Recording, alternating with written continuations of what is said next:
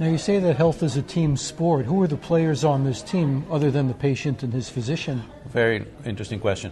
Yeah, our sense is that health as a team sport allows us to, for example, use a football analogy, that we are mainly playing on defense. You have the individual, maybe if you think of the front line as the primary care or health education members of a team, maybe some of the people in the back line who are more like the specialists and such. And the person who's trying to manage their health care or their health maybe could be thought of as the quarterback. And the problem with that is that they don't have necessarily all the right plays or all the right framework for conversation because you're playing pickup games. In a professional football sense of it, you would have a professional coach, you would have some other people who are thinking about the strategies of how to go from being on defense to being on offense. The linebackers in the defense posture that we're in right now are having to really deal with a lot of difficult situations because we don't have a strong enough front line to really address some of the issues. So we're sort of backing up ourselves into worse and worse situation. If you think of the ball position as the actual health index of the nation or the individual, we're sort of losing ground right now. And the question is how to change the posture to be more on the proactively engaged or maybe offense mindset.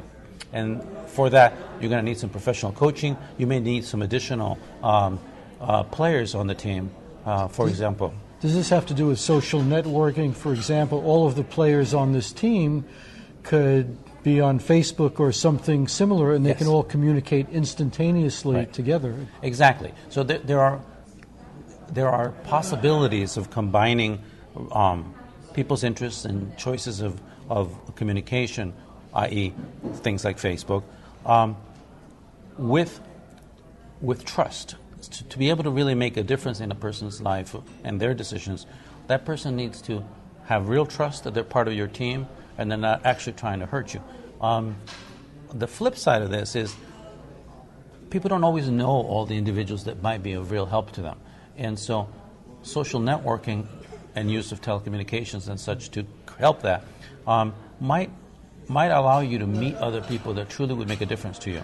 So in this case, maybe not another doctor for the purpose of health care, but maybe someone who helps you come up with a new idea for how to get fruits and vegetables to your community.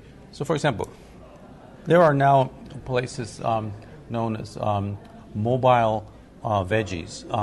The idea is, just like when I was young, there was a mobile bookmobile, right? So a veggie-mobile would be a little mom-and-pop store being driven around to cities where there are perhaps food deserts traditionally, that therefore could come by and you could buy fruits and vegetables, etc.